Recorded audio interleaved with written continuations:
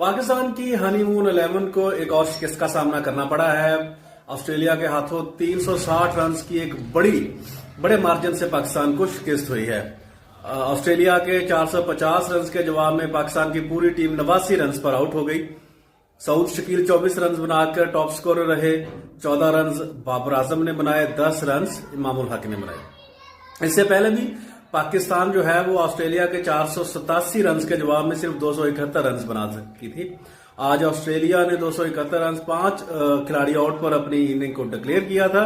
उसके बाद पाकिस्तान ने अपनी इनिंग शुरू की तो शुरू में ही पाकिस्तान के ओपनर अब्दुल्ला शफीक आउट हुए 2 रन बनाकर। कप्तान शान मसूद जो है वो सिर्फ 2 रन बनाने के बाद आउट हुए। पाकिस्तान की टेस्ट मैचेस में अगर देखा जाए तो लगातार जो है ये शिकस्त है। ऑस्ट्रेलिया के अंदर पाकिस्तान 1999 के बाद ताहाल कोई टेस्ट सीरीज नहीं जीत चुका है। शायद